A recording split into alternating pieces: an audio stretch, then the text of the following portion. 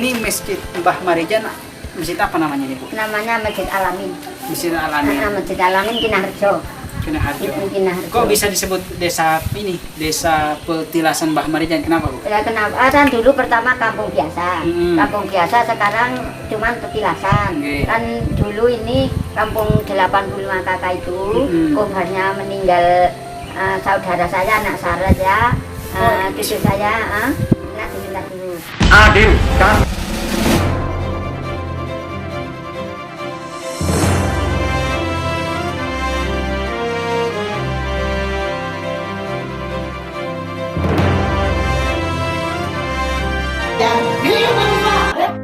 Assalamualaikum warahmatullahi wabarakatuh. Selamat pagi sahabat milenial Indonesia.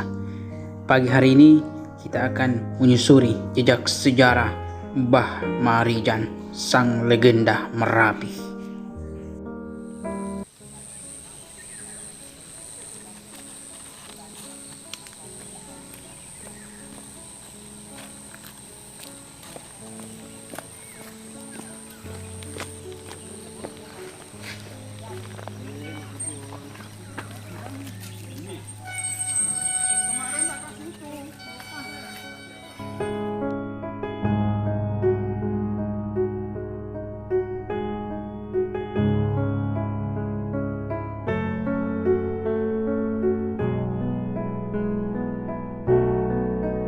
Oke, sahabat milenial, saat ini saya berada di desa Petilasan Mbah Marijan, salah satu saksi sejarah di dalam peristiwa erupsi Merapi tahun 2006 adalah masjid ini tempat Mbah Marijan beribadah.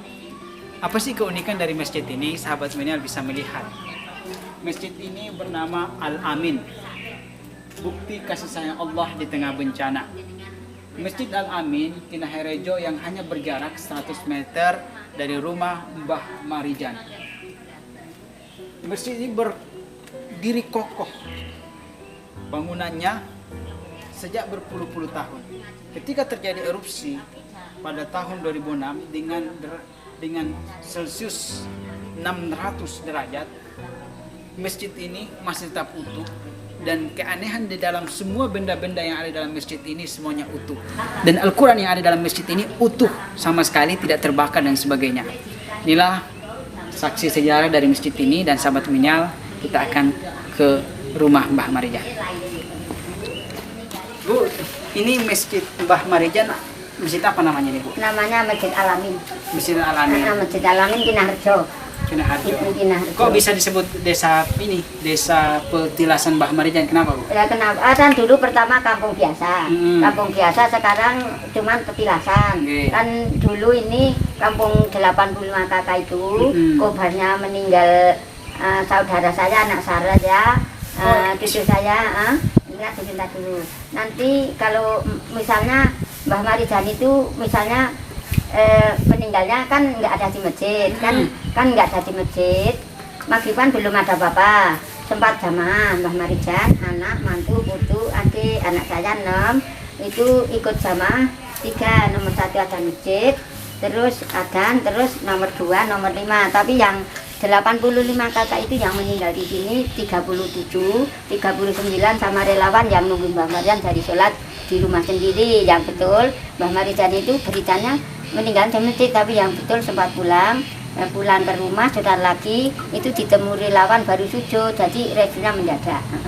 Nah itu ini kakak 85 kakak ini udah dipindah desa, dipindah Bukitap Karangkendal dari sini 5 kilo. Jadi kalau sini buat ngibadah cari ekonomi, kalau di bawah buat istirahat itu aja.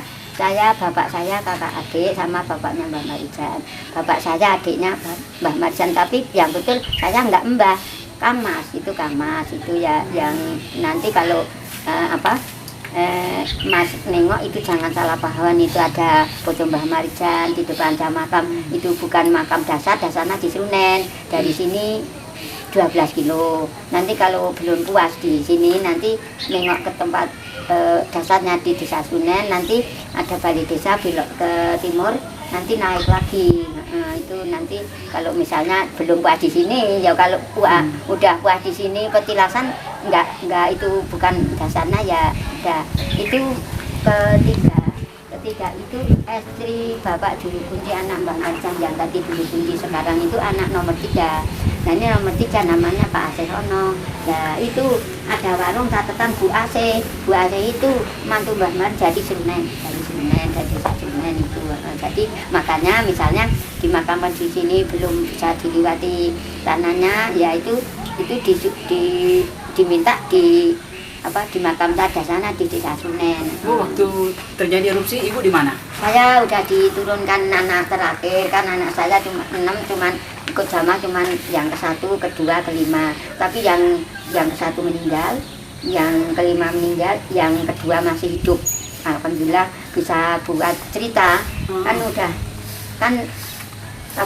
keluarnya di masjid itu ke-1 Mbah Marijan, anak, mantu, putu, adik, terus anak saya ke-5 turun keluar dari masjid, kan udah selesai maghriban. Terus yang kedua berdiri di sini bawa anak umur 2 tahun itu sudah.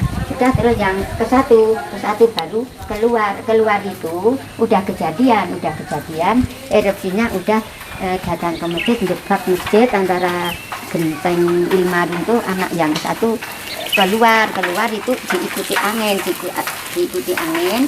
Anak saya meninggalnya dulu jadi keluar dari masjid ini, terus meninggalnya ceritanya yang kedua pak pintu masuk ini udah meninggal.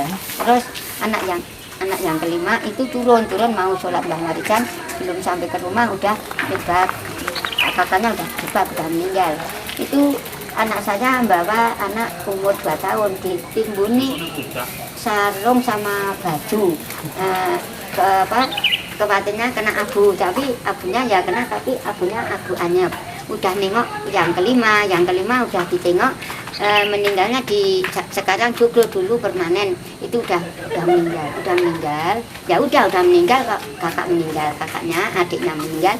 Itu nengok relawan ngumpet di dalam mobil, udah meninggal 2. Terus itu nengok cendilo Mbah Marijan rumahnya, ditengok sini Mbah Marijan baru sujud, itu kan udah meninggal. Lah anak kedua yang bawa anak 2 tahun turun nggak tahu jumlah 39 itu cuman ini 5 Mbah Marijan tuh relawan 2 anak salah 2. Anginnya naik itu yang kedua di sana masih 20 rumah, yang kedua sana 30.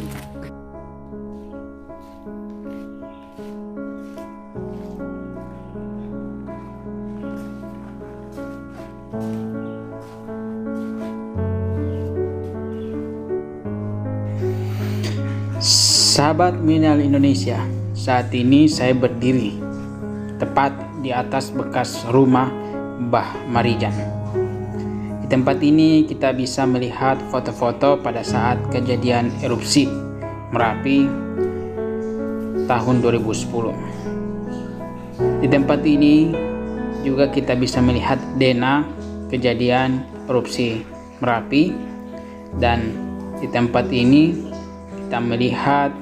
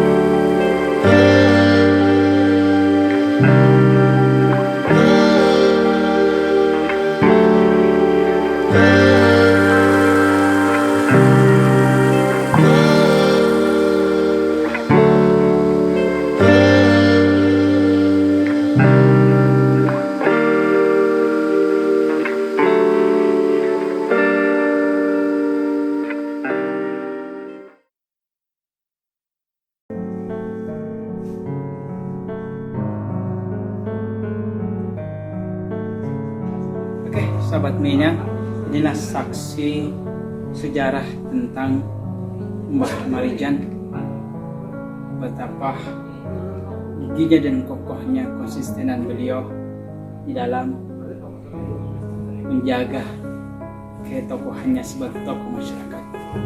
Beliau meninggalkan desa ini ketika seluruh masyarakat akan keluar dari desa ini. Oke, sahabat Mina, tadi apa menjadi terjadinya akan menjadi sebuah kenangan dari semua tempat ini. Oke, sahabat Mina.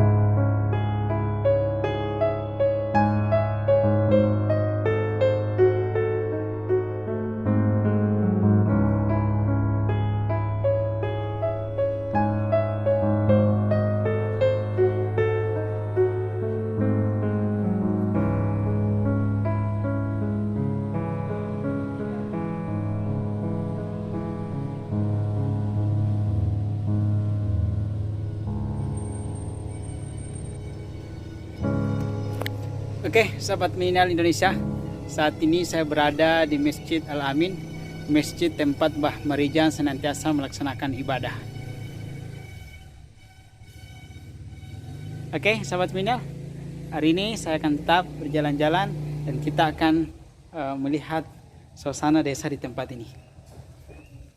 Masjidnya, arsitekturnya sangat unik dan nyaman.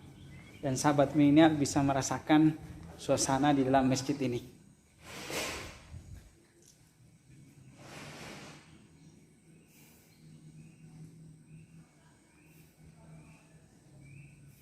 Jadi masjid ini dibangun dengan konstruksi batu bata dan kayu. Kemungkinan besar ini kayu jati.